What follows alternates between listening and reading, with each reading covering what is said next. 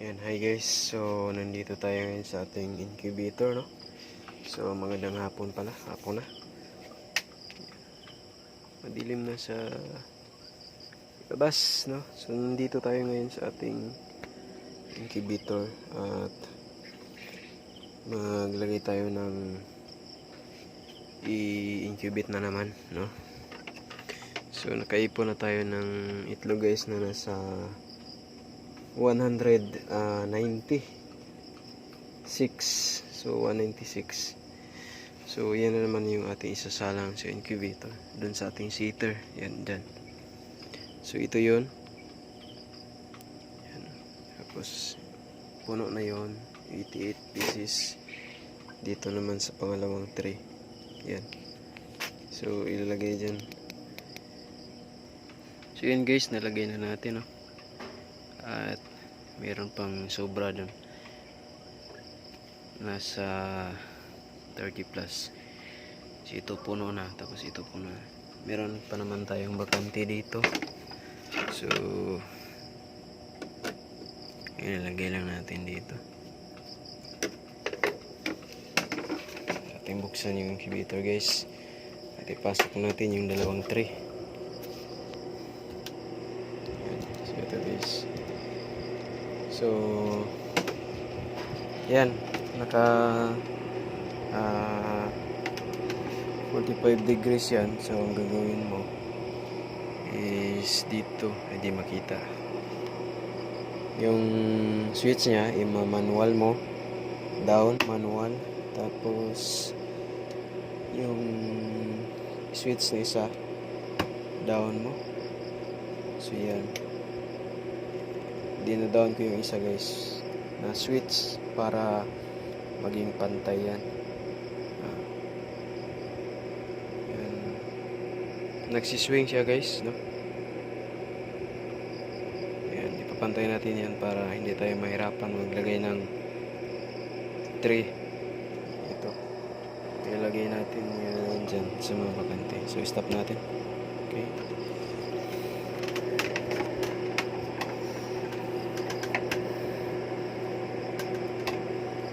So ito guys, ilipat natin to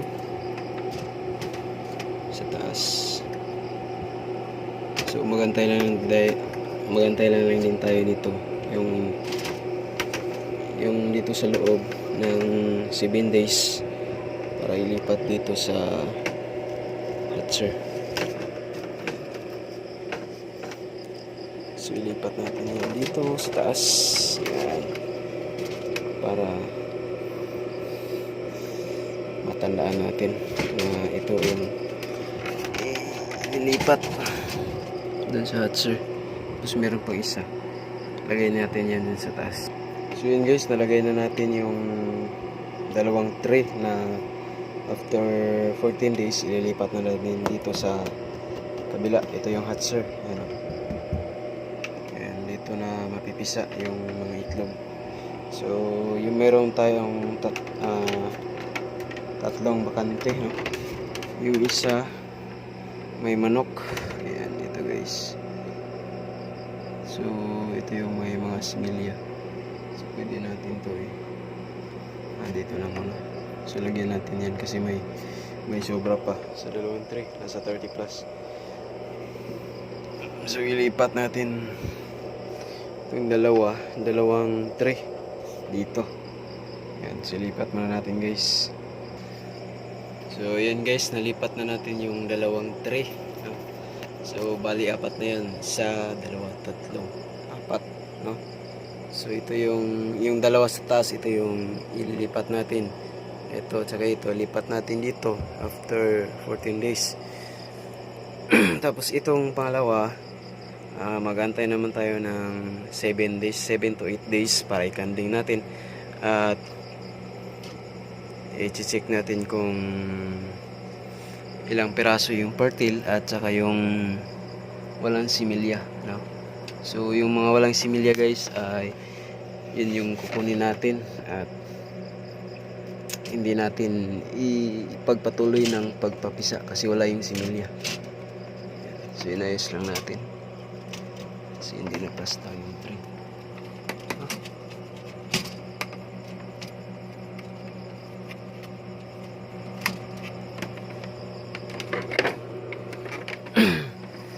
Tapos itong natira guys, ilagay lang natin dito. Yan. So sa paglalagay pala ng itlog guys, dapat yung patusok niya sa baba. Yan. Kasi dito sa taas, dito sa taas ng itlog, nakaganyan siya guys dapat. Yan. Nakaganyan. So dapat yung patusok niya is sa sa baba. At i-check yung itlog guys kung may crack ba. Kasi kung may crack, huwag nyo na yung ipapisa kasi na yan, ito kagaya nito. Yan, may crack. Yan. So hindi na to pwede. So kunin na natin yun. Hindi na natin yung isama kasi yun, puputok sa loob at magkakaroon pa ng ibang damage sa sa itlog, ibang itlog dito. So ganun lang guys. Dapat yung paglagay mo din dito hindi nakatagilid, no? Dapat nakaano talaga siya, kaganon, para proper yung kanyang pag incubate dito sa loob ng incubator, para sure talaga na magpipisa kung may similya. Pero pag walang similya, kahit iayos mo pa yan ng paglagay mo, hindi talaga yan mapipisa kasi wala yung similya. So kaya meron tayong canling dito, 7 to 8 days mag-canling tayo para yung mga walang similya ay hindi na yun itutuloy, para lutuin na yun.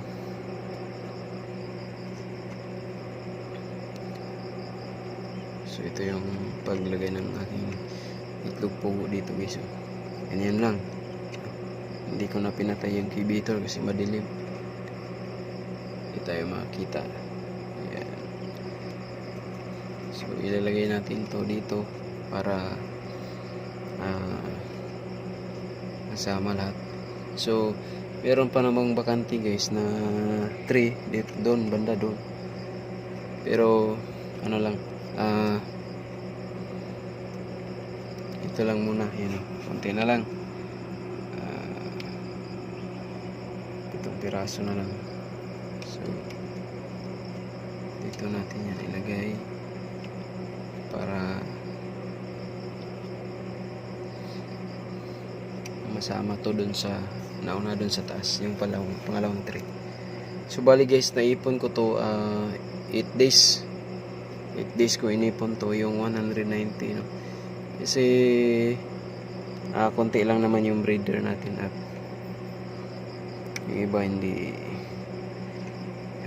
Nagsiselection kasi ako dito guys kung paano malaman na lalaki at babae, since itlog pa, no? Pero hindi naman yun guys 100% na talaga na babae, no? Kasi yung babae kasi guys, yun yung gagamitin natin for table egg. So hindi tayo nag ganun ng lalaki. So kaya nagsiselection ako kung ano yung lalaki at saka yung babae. Sa itlog pa lang, dun mo na malalaman kung kabisado mo. Pero hindi talaga yun 100% guys na lalaki at saka babae yung pinipili ko. Pero sa tingin ko hindi man 100%, at least marami yung babae. Kasi yung babae na po guys, yun yung gagamitin natin for table egg. So okay na din yun guys. Isa lang mo lahat. Pag itlog ng yung mga breeder, isa lang mo lahat, hindi mo pinipilian yung mga maging lalaki, no? Yung lalaki na itlog pagpisa niya. So lugi ka doon sa patuka, no? Kasi yung itong klase ng pugo guys is pag 20 to 30 days mo na malalaman yung gender nila. So kailangan pag itlog pa lang seleksyonan mo na, nagseleksyon ka. Ayan, para hindi ganoon karami yung lalaki dito. So yun guys, nalagay na natin, no, yung pang fifth batch. So nalagay na natin at nasa ano yun, 193, no? So sana may pisa yun at sasara na natin. So ito guys, after 15 days itong dalawa to, 14 to 15 days ilipat natin dito sa Atser. So yan, okay na yan. At after natin maglagay dyan guys, so yung switch na meron kasi itong dalawa guys na automatic at saka manual. So ibalik mo siya sa automatic para magsiswing yan, magsiswing. So check natin guys, automatic, tingnan nyo, magsiswing ba yan? Yan. So nagswing na siya guys. Yan. So every 2 hours magsiswing yan kabilaan. So after 2 hours babaliktad na naman, doon yan naman yan sa kabila. Every 2 hours kasi yung swing dito. So yan. So mag-stop na yan pag natapik niya yung ano doon, yung switch na long arm. Yan.